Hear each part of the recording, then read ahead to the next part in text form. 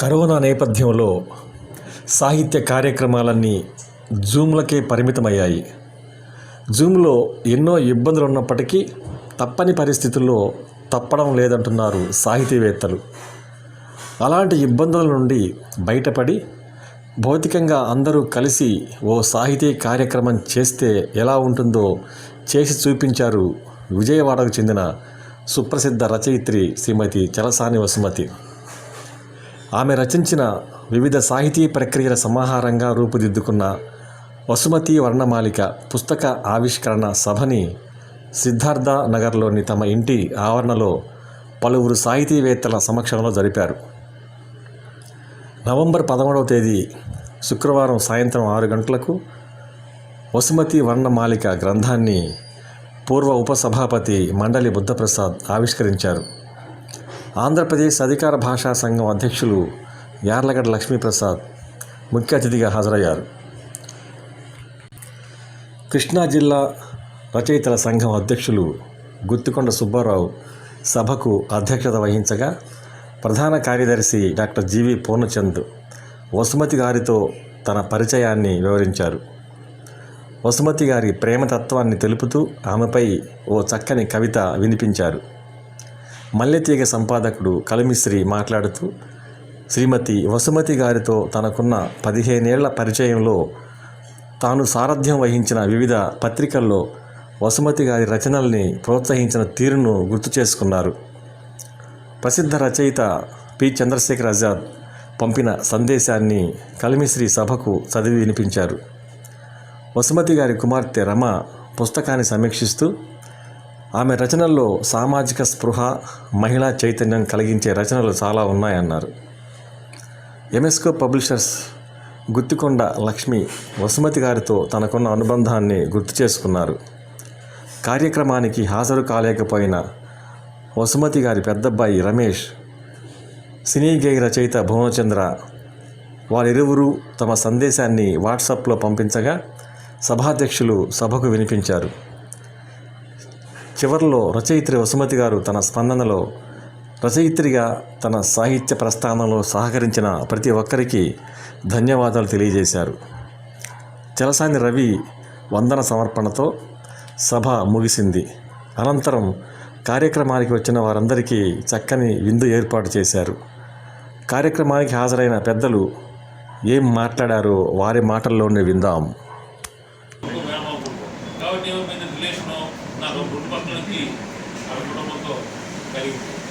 తర్వాత బుచ్చిబాబు గారితో నాకు పెళ్ళిగా ముందు పరిచయం లేదు. కానీ బుచ్చిబాబు గారితో ఏమో మా మేనమావు దిందు అంటే మొత్తం అంతా ఇల్లుపోయినా కానీ వీరగడ్డి తీసులాగా ఆ కుటుంబంలో నన్ను ప్రేమించిన వాళ్ళని తెలుగురు గారు మీకు ఇవ్వాలని చెప్పిన మాతో కలవడం, మీతో ఫోన్ చేయడం గ్యారెంటీలు మీకు 10 సంవత్సరాల వయసులో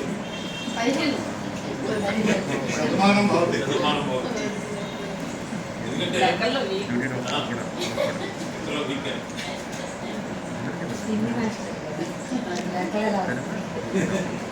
ఆవిడ గ్రాఫ్ చాలా జీవితం గ్రాఫ్ చాలా చిత్రంగా ఉంది. తండ్రి గారు వెంకటరామయ్య గారు కదా, వెంకటరామయ్య గారు కొంచెం అభ్యుదయ భావాలు ఉన్నటువంటి మనిషి. అక్కడి నుంచి మళ్ళీ ఇక్కడికి భూస్వామి కుటుంబానికి వచ్చారు. కదా వ్యవసాయం వాళ్ళది రథంతాల్లో భూస్వామి కుటుంబం. ఆ రోజుల్లో భూస్వామి కుటుంబాల్లో ఉన్నటువంటి మహిళలు బయటికి రావాలన్నా అన్ని కూడా ఎన్ని రెస్ట్రిక్షన్స్ ఉన్నాయో మనకు తెలుసు. నాకు ఒక జోక్ చెప్తూ ఉంటారు. ఇప్పుడు గారు ఒట్టే సోమనాథ్ తీస్తారు, తాతగారు ఒట్టే సోమనాథ్ సోమనాథ్ ఎలమరు చాలా మంది ఎలమరు నుంచి గుడివాడు కానీ హనుమాన్ వెళ్ళడానికి పాపగా వెళ్ళడానికి ఆ కాలం మీద బిడ్డి కట్టించడానికి ఊళ్ళో అంతా ప్రపోజల్ పెడితే మీకు అలా బతిపోయింది ఏంట్రా, బిడ్డి అడగట్టింటారు, బిడ్డి అయితే బస్సు వస్తే ఆడవాళ్ళు కూడా పోతారు. అంటే ఆ రోజు ధోరణి ఆ రోజుల్లో ఎలా ఉండేది అటువంటి స్థితిలో అటువంటి జాబ్ ఒక విధంగా చాలా కష్టాలు పడినప్పటికీ ఆ కష్టాలను ఆవిడ పొంగదీయదు. పట్టుదలను పెంచి ఆ కష్టాలు పట్టుదలను పెంచి ఈ రాయటం వైపు పండించడంతో ఆవిడ చాలా బాగా రాయగలిగారు. తర్వాత మీరు ఆవిడ రచనలు చూస్తే ఆవిడ రాసిన మొట్టమొదట చాందిని కొంతల 1970s ఆ నవల నుంచి అప్పుడే 65 ఇది ఒక విధమైనటువంటి భావోద్వేగం ఆ రచనలో మనకి ఉన్నటువంటి సడన్గా ఆ పేజీలో ఆవిడ భావోద్వేగానికి గురిగిపోయి ఆ సన్నివేశాన్ని భావోద్వేగంగా చిత్రించేటువంటి ప్రత్యేక శైలి ఆవిడది. అది కొన్ని పుస్తకాలు ఇంకా రాసి ఇంకా ఆరోగ్యంగా ఉండాలని కోరుకుంటూ మరి ఎక్కడ 1972 ఎక్కడ 20 మొత్తం కుటుంబం మొత్తంతో స్నేహం హాయిగా ఉన్నాం. ఆవిడ అందరూ మీరు కోరుకుంటారు కాబట్టి ఆవిడకి ఆరోగ్యంగా ఉండాలని చెప్పని, అదేవిధంగా మా మౌనీషు మాధురి కూడా నన్ను సొంత కన్నాలాగానే నా ఆప్యాయంగా గౌరవిస్తారు. గురుమంత్రైనటువంటి పిల్లలు రవి ఈ విధంగా వాళ్ళ కార్యక్రమం ఏర్పాటు చేయండి. చూడండి, ఈ కార్యక్రమంలో రవీను లక్ష్మి ఏర్పాటు చేసేటువంటి కార్యక్రమం ఎంతో మెటిక్యులస్గా చేశారు చూడండి అరేంజ్మెంట్స్. కాబట్టి ఆవిడ అన్ని విధాలా గ్రాఫ్ పైనుంచి కిందకి కింద పైకి దిగినా ఆవిడ చాలా ఇష్టం అలాగే ఉండాలని చెప్పని మీరు. ఎందుకంటే యశోద కృష్ణ రాసిన తర్వాత మనకి యశోదమ్మ ఎలా సాగుతుంది అలా ముందు సాగుతుంది. మన యశోదమ్మ లాంటిది వసుమతి గారు ఆదేశాన్ని మనం తప్పనిసరిగా పాటిస్తూ ఉంటారు. అంటే వారితో ఇక్కడ ఉన్న వారందరికంటే తక్కువ పరిచయం మాకు లేటు వయసులో గాడి ప్రేమ ఉంటుంది కదా. కృష్ణప్రసాద్ మన లక్ష్మీప్రసాద్ గారికి అయితే క్లాస్మేట్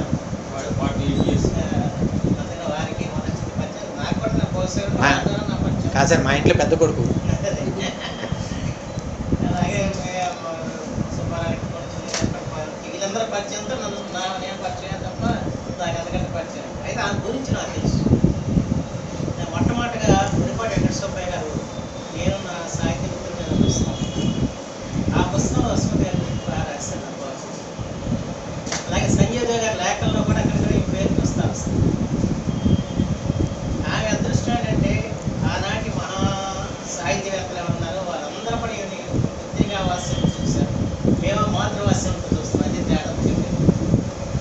కృష్ణశాస్త్రి గారు కానీ, చరణ్ గారు కానివ్వండి, సంజీవ్ దేవ్ గారు కానివ్వండి, గురిపాటి కృష్ణయ్య గారు కానివ్వండి, నా వెంకటేశ్వర కానివ్వండి, వీరందరూ కూడా అభిమాన పత్రికగా ఆమెని భావించి ఆమెను ప్రోత్సహించి ఈ సాహిత్య రంగంలో ముందుకు తీసుకున్నారు.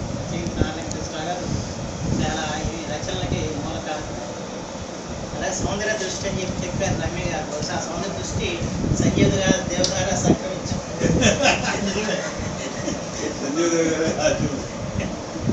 అయితే ఎంత వెన్నలాంటి మనసు ప్రేమ అంటే ఎలా పంచాలన్నది ఆమె చూసి ఆమె దగ్గర ప్రేమ అన్నది అనుభవించాం. ఎవరి దగ్గర కూడా అనుభవించాం. ఎంతమంది మనం ఇవాళ వచ్చామంటే ఆ ప్రేమకి భద్రమై వచ్చాం. ఎందుకంటే మాతృవాస్యంతో చూడటం అన్నది ఆమెకి చేతనైన విషయం. వాళ్ళ పిల్లలు ఏ విధంగా ప్రేమిస్తుందో తెలియదు కానీ అంతకంటే ఎక్కువగా మా బోటలందరినీ కూడా ప్రేమిస్తుంది. నా గురించి కూడా కవిత రాశారు. నేను చూస్తే అంచేత ఆమె ఆ మాతృవాస్యంలో మనందరినీ కూడా కట్టిస్తుంది. అయితే ఆమె జీవితం చాలా విచిత్రంగా ఉంది. పుస్తకం చదివిన నాకు తెలుసు. ఒకప్పుడు చాలా పూర్వాచార పరాయణ ఇంట్లో అడుగుపడుతుంది. అక్కడే అప్పట్లో ఉన్న స్త్రీలకు ఉన్న కట్టుబాటు, బయటికి రానిచ్చే పరిస్థితులు లేకపోవడం, కనీసం భర్తతో కూడా సొంత విషయాలు చెప్పకూడదు అనుకుంటాం. మామగారిని అయితే అసలు చూడకూడదు. ఇలాంటివి మనం అక్కడ చూస్తూ ఉంటాం. ఆయన అనుభవించారు.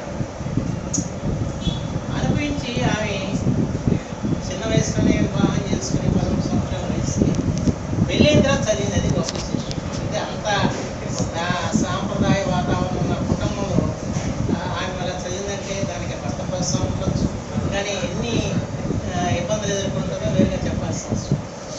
అంచేత ఆ తరాన్ని ఒకసారి చూసి ఈ తరాన్ని చూసి మధ్యలో మరొక తరం గడిచింది. అయితే ఇట్లా దాదాపు 3 తరాలని ఆమె చూసుకుంటూ వరకు వచ్చింది. దత్తాత్రేయం ప్రస్తుతం నమ్మకం. చివరికి నేను గమనించింది అంటే ఒక దీంట్లో ఆమె ఒక వాక్యంలో మొత్తం అంతా కూడా కాచి వడపోతుంది వస్తుంది. నాకు ఒకే హెడ్డింగ్గా చూశాను, టెక్నాలజీ పెరుగుతుంది, వ్యక్తిత్వం పెరగదు.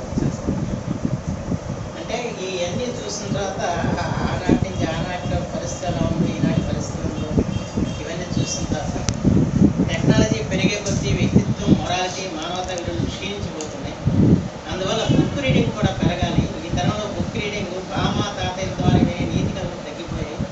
ఇంగ్లీష్ నవలల్లోనూ టెక్నాలజీలో బతుకుతున్న ఈ తరానికి తక్కువ శిక్షణ, మానవత్వ విలువలు తెలియకుండా మనదైన పిల్లల నీతి కథలు వాస్తవ చదివిస్తేనే తక్కువ మధ్య ఉన్న తేడాను వాళ్ళు తెలుసుకోవాలి.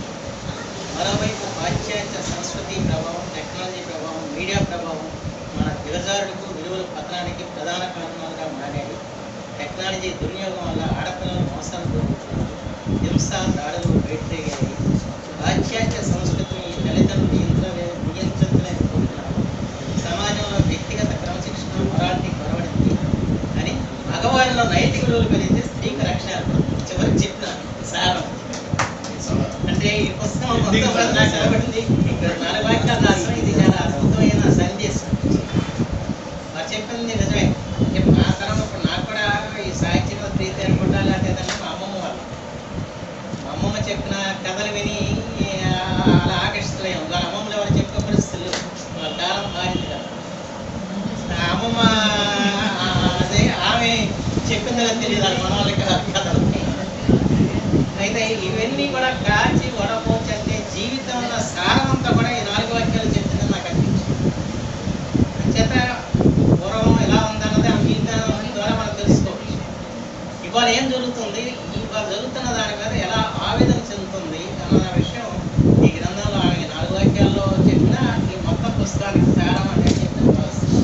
ఎందుకంటే కథలైనా చదవాలనుకోండి, సరే ఏదైనప్పుడు కూడా ఆమె చెప్పిన 4 మాటలు మాత్రం మనం గుర్తుంచుకోవాల్సిన అవసరం.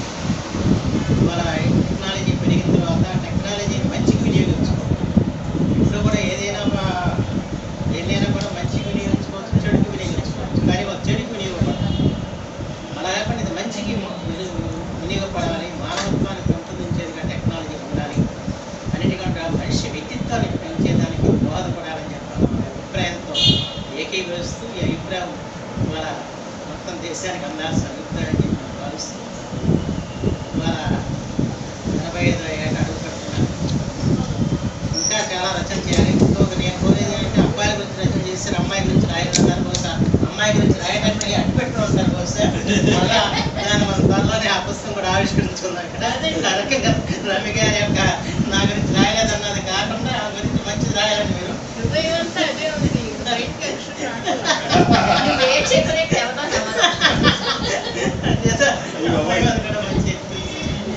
అన్నిటికంటే అదృష్టం పిల్లలే. రమేష్ రెడ్డి కానివ్వండి, అలాగే మన రవి గారు కానివ్వండి, ఇద్దరు కూడా తల్లిని ఎంతగా అభిమానిస్తాం, ఆరాధిస్తాం. కంటే పూలో పెట్టు చూడటం కాకుండా తల్లి యొక్క సాహిత్య శ్లోకాన్ని తెలియాలని చెప్పి వాళ్ళు చేసే కృషి మాత్రం నిజంగా పిల్లలందరికీ కూడా అది ఆడస్తుంది. ఎందుకంటే సహజంగా ఇలాంటి రచయితల పిల్లలు ఆ కోణంలో ఉండవు. ఎందుకంటే వాళ్ళంతా ఇదే ఒక వ్యాపకంలో ఉంటారు, మమ్మల్ని పట్టించుకోలేదని చెప్పిన భావన ఉంటుంది. ఒకప్పుడు రచయితను బాగా తెలుసు, ఆయన కృష్ణదేవరావు వెళ్ళి పెద్ద పరిశోధన చేసి ఒక పుస్తకం వచ్చింది. ఇంకా 2-3 పుస్తకాలు దాంట్లో ఉదాహరించాను. నేను ఏంటి ఆ తర్వాత ఆయన చనిపోయిన తర్వాత అడిగితే అన్ని చెప్పుకుంటూ కాగితాలకు అమ్మేశాను. ఏంటంటే ఏం చేశాడు అంతా ఎంతసేపు ఈ పరిశోధన చేశాడు తప్ప కనీసం 4 నుంచి మా ప్రతి కార్యక్రమంలోనూ ఆమె మాకు తోడ్పాటు, ప్రోత్సహించడం, చేయూత అందించడం, మా అనేక రకాలుగా మమ్మల్ని ఆదుకోవడం అనే చేస్తూ మేము మంచి కార్యక్రమాలు చేయడానికి ఆవిడ మాకు ప్రోత్సాహం ఉన్నందుకు అధ్యక్ష కార్యదర్శి కూడా వారికి మేము ధన్యవాదాలు చెప్పుకోవాలి. కాకపోతే సాహిత్యపరంగా వచ్చేసరికి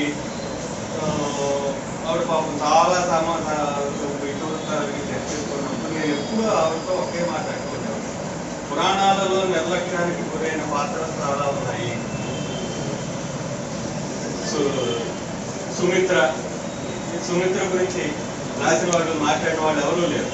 ఆవిడ మరి పట్టప్రాణి కాదు, ఇటు ముద్దుల భార్య కాదు, మధ్యలో రాణిగా ఆవిడ ఎందుకు అంగీకరించిందో తెలియదు, ఆ మధ్య రాణిగా ఇది ఎలా మిగిలిపోయిందో తెలియదు.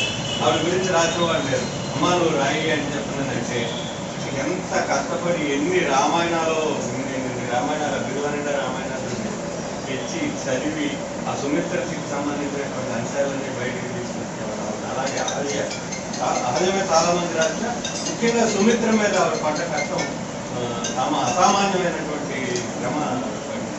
విధంగా ఎవరూ చెప్పని ఏదో ఒక కొత్త విషయం చెప్పాలనే ఒక తాపత్రయం ఆవిడలో ఉంది. ఇది ఈ వయసులో కూడా ఆవిడకి అది కొనసాగుతుంది. ఇప్పటికి కూడా ఆవిడ ఏదైనా కొత్త విషయం గురించి మాట్లాడాలనే తపన కలిగినటువంటి వ్యక్తి. చాలా మంది రచయితలకి ఆవిడ ఒక ఆదర్శప్రాయమైనటువంటి రచయిత్రిగా భావిస్తూ ఈ వసుమతి వర్ణమాలిక ఆవిడ ఆ వర్ణాలన్నీ ఆవిడ భావజాలాలు, ఆ భావజాలాల మాలికగా ఈ పుస్తకాన్ని ఆవిడ తీసుకొచ్చారు. ఈ 2004లో తర్వాత ఆవిడ వెలువరించిన పుస్తకాలు అన్నింటిలోనూ నా పాత్ర అంతో ఇంతో ఉండే అదృష్టం కూడా నాకు కలిగినందుకు నేను అదృష్టంగా భావిస్తూ వారికి నేను మరొకసారి పుస్తక సమానుడిగా నా అభివాదాలు తెలియజేసుకుంటూ ఇది నేను వెలుగు రాగాలు అనే పుస్తకం కవితాకి అంకితం ఇచ్చాను. అంకితం ఇచ్చినప్పుడు నేను రాసుకున్నటువంటి ఆ అంకితానికి సంబంధించిన కవిత అన్నమాట ఇది. అమ్మ హృదయాంతరంగ రాగాల సుదతి, ఉదయ కిరణాల హిమ శైత్య భావనాదాల సుకృతి, కావ్య విరుతి కవితా సుమతి, సరసాని సుమతి. అమ్మ యతి ఆమె మనసు, శృతి ఆమె పలుకు, ఏ కొంతలనో శకుంతలనో తలుపులు తెరిచి గీతలు కొడిచి కుడికాలు బయటపెట్టి లోకాలు దాటి రమ్మన్న యశోవతి, ఏ బాలకృష్ణుడినో ఆబాల గోపాల పాలకుడినో నోరు తెరిచి వెన్న కోసం వెతుకుతూ లోకాలన్నీ చూసిన యశోద, గతి తప్పిన ఏ గంధర్వ లోకవాసో కుతి తీరక తిరిగి వచ్చిన ఏ అనసూయాత్మో, సీత తాను భ్రమర గీత తాను, మనోసరోవరంలో అరవేసిన చిత్రలేఖ తాను నడిచింది వసుమతి పద్మ. అమ్మ హృదయాంతరంగ రాగాల సుదతి, ఉదయ కిరణాల హిమశైత్య భావనాదాల సుకృతి, కావ్య విరుతి కవితా సుమతి, జలసాని అవకాశం అందరికీ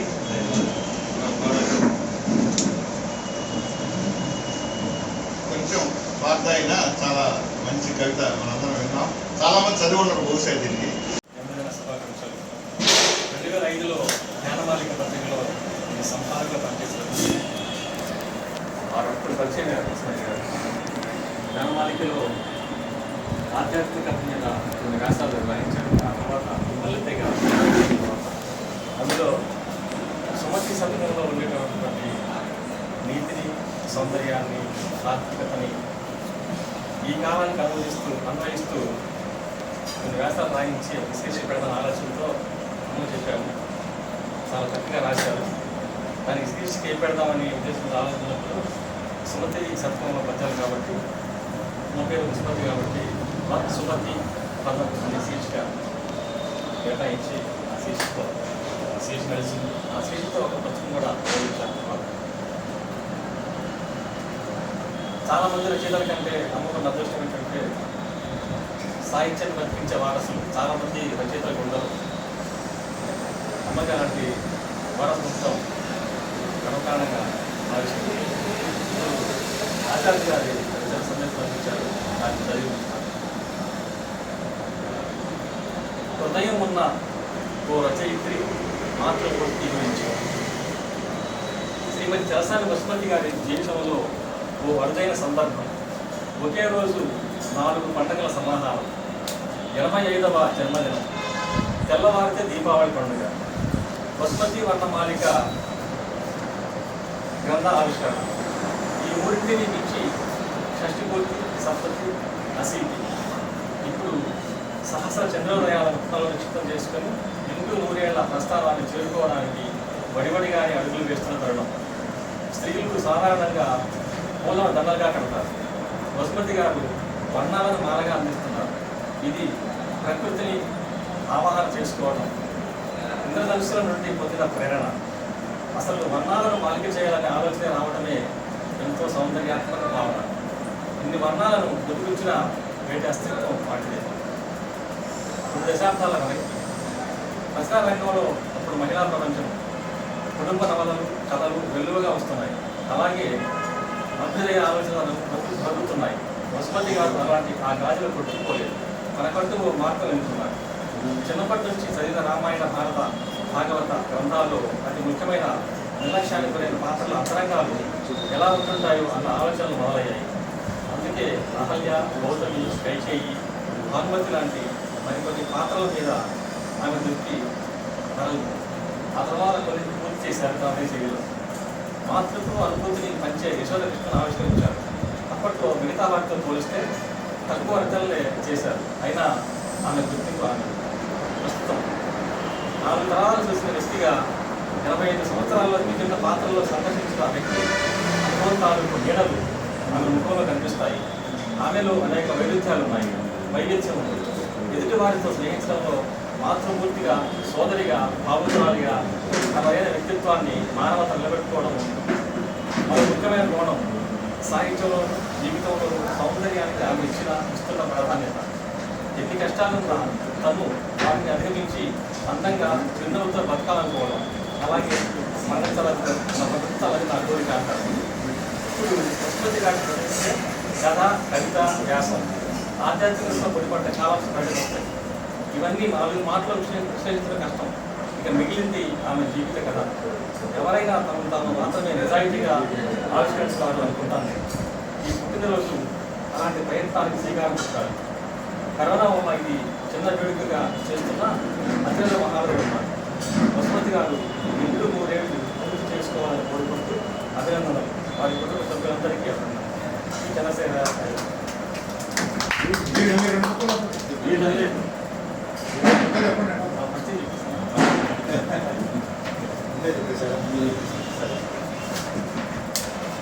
చంద్రశ్రీ గారికి, వారి ద్వారా చంద్రశేఖర్ అజాన్ గారికి ధన్యవాదాలు. ఇప్పుడు లక్ష్మీ ప్రోత్సహించకపోతే బహుశా ఇప్పుడు వచ్చేది కాదు. ఆయన చాలా సహకారం అందించారు.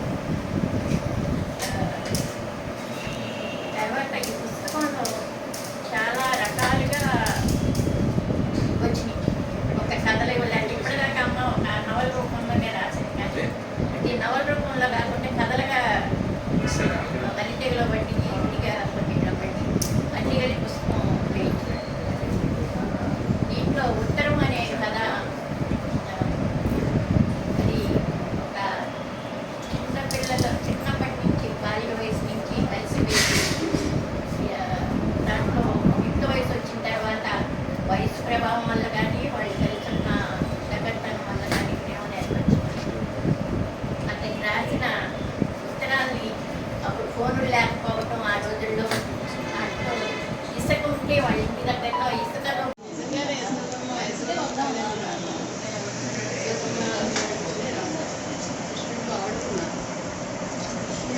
అంత బాగా రాస్తున్నారని ఆయన అప్పటి నుంచి అదే నాకు అమ్మ అనడం ఇట్లా ఆయన మీద కవిత కలిసినట్లే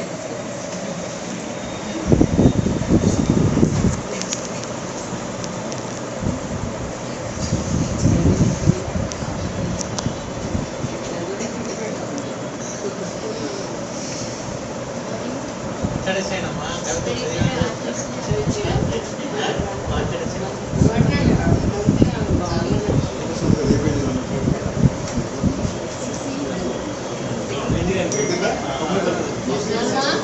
మీరు ఎలా పెట్టారో కర్మ ఆ క్షణం కథాకథుడు సలాగా సార్థకత నిర్మించి ఉంటారు.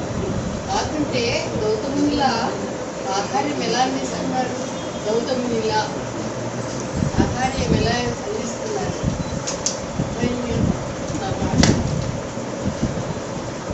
తన్మయులయ్యారు. ఈయని తెలుగు సమాజం రచయితలందరికీ అండగా నిలిచి సభలకు తన ఉనికితో మహావేదంలా నిలిచారు. మౌనంతో అవసరానికి హద్దులు చూపి కర్తవ్యాలు వెల్లువలుగా చేసి పలుచని కుర్చీలకు కూడా రాకపోకలకు విలువలు కట్టి లోపాలను తాపంగా మార్చుకునే తోటి వేదిక